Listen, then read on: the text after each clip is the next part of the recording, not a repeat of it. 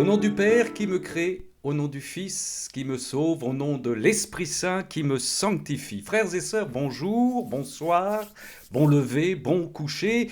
Une courte vidéo fulgurante pour tenter d'éclaircir ce point suivant.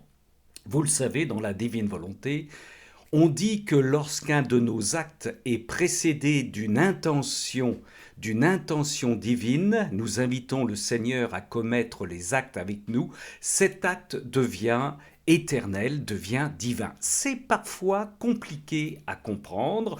On nous prend par exemple souvent l'exemple du verre d'eau. Je prends un verre d'eau, Seigneur, je prends ce verre d'eau avec toi, et cet acte-là devient un acte éternel, cet acte-là devient un acte divin. Pour ne pas prendre des vessies pour des lanternes, j'ai eu l'autre jour, je vais vous expliquer le contexte, une sorte de petite révélation d'un exemple qui me semble frappant. Et pour cela, c'est l'objet de cette vidéo, il me faut un accessoire. L'accessoire, le voici. Alors, évidemment, certains d'entre vous, certaines vont commencer à hurler en disant « Mais il est complètement cinglé, il nous a déjà fait des démonstrations avec du pinard, maintenant il va nous parler de la divine volonté avec une balayette des toilettes. » Ne me lapidez pas trop vite, ne me lapidez pas trop vite, je vais vous expliquer. Alors évidemment, vous m'avez traité évidemment de cinglé et de folle en Dieu, c'est normal. Donc il faut que je remette mon accessoire habituel. Et comme vous l'avez compris, je suis un petit peu dans le domaine de la balayette des toilettes, je rajoute un autre accessoire. Alors voilà, je vous explique le contexte. Je vous l'ai déjà dit, aumônier de prison, je suis laïc, je ne suis pas prêtre, et je suis entouré, il y a peu de temps, par une dizaine de frères détenus. Avec moi, il y a aussi une femme qui est aumônier de prison et qui vient pour la première fois. Nous sommes en train de faire un partage d'évangile. Et cette femme, à qui on n'a pas demandé d'axer son témoignage sur le sujet, alors je signale que cette femme, cette maman, a notamment 2 enfants qui sont prêtres. C'est une femme chrétienne, très engagée. Et elle nous dit, moi, pendant mes tâches ménagères, j'offrais tout au Seigneur. Un peu comme Sainte Thérèse, vous savez, qui ramasse une épingle. Elle offrait tout au Seigneur. Et là, elle nous donne un exemple qui peut paraître surprenant. Elle dit, notamment, quand je nettoyais les toilettes après le passage de mes enfants, même cet acte-là, je l'offrais au Seigneur. Alors, surprise des détenus, des frères détenus. Et bien entendu, alors avant que d'aller plus loin, il faut que je vous dise quand même que pour les frères détenus, ce sujet est très sensible pour 2 raisons. La première, c'est que vous avez 3 frères détenus dans une cellule de 9 mètres carrés. Il y a les lits superposés, les tables et un tout petit muret qui cache les toilettes qui sont derrière. Ce qui fait que généralement, lorsqu'un détenu arrive pour la première fois dans ce genre de cellule, je tiens à vous dire que, inutile de vous préciser que pendant 4-5 jours, il est constipé, il n'ose pas aller presque au vu de tout le monde dans ses toilettes.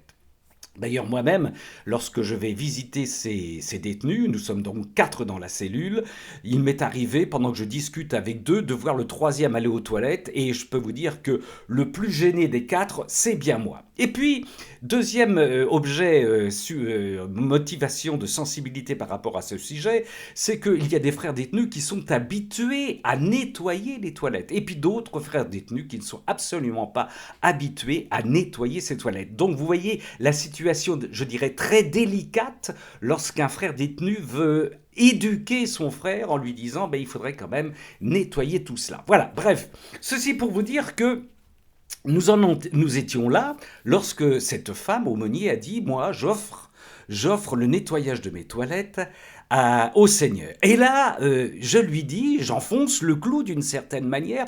Je sais qu'elle est légèrement ouverte à la divine volonté. Elle commence, elle n'est absolument pas fermée, elle est disponible, ouverte. Et là, je dis aux frères détenus estomaqués, mais tu sais que tu peux reprendre toutes les fois où tu as nettoyé les toilettes chez toi, tu les reprends avec Jésus, tu réintègres Jésus dans cet acte-là, et à travers le nettoyage de tes toilettes, tu nettoies toutes les merdes du monde passées, présentes et futures. le langage est un peu cru, mais on est entre détenus. Et alors là, les frères détenus, il y en a un d'ailleurs qui éclate de rire, explose de rire en s'excusant et en me disant mais excusez-moi c'est nerveux, mais je lui dis mais non c'est tout à fait normal. Et là je leur explique à partir de là, comme le Seigneur à partir de là il expliquait à ses apôtres, je leur explique que ils ont un pouvoir extraordinaire bien qu'étant enfermés. Tout en étant enfermés, ils peuvent précéder tous leurs actes d'une offrande au Seigneur, d'inviter le Seigneur à diviniser ses actes afin de faire de ces actes des actes divins et éternels. Pouvoir que n'a même pas le président de la République parce qu'il n'a pas le temps de penser à tout ça, bien entendu.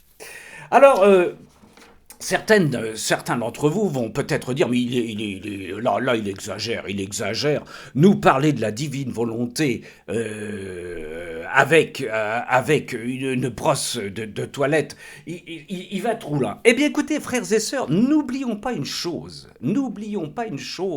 je n'invente rien. Le Seigneur, si vous lisez les 24 heures de la Passion que je vous recommande, n'oublions pas que notre Seigneur s'est abaissé, lui, l'agneau pascal, l'agneau pur et sans tache, il s'est abaissé dans son incarnation à être plongé dans le Cédron, attaché, plongé dans le Cédron, c'est le fleuve de Cédron, c'était les égouts de l'époque, et il était donc plongé, immergé, pardonnez-moi, dans les excréments et dans les urines de l'époque, notre Seigneur.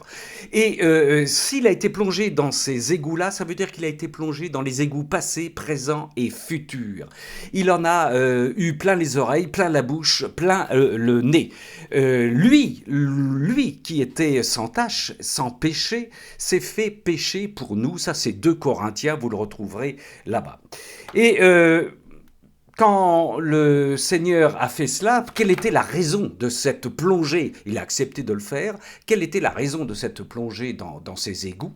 Eh bien, tout simplement pour nous purifier, car nous avons bien besoin de purification. Je vais vous lire un extrait du livre du ciel, bien entendu, où le Seigneur parle de nous. Ce n'est pas très tendre. Écoutez, c'est le Seigneur qui parle.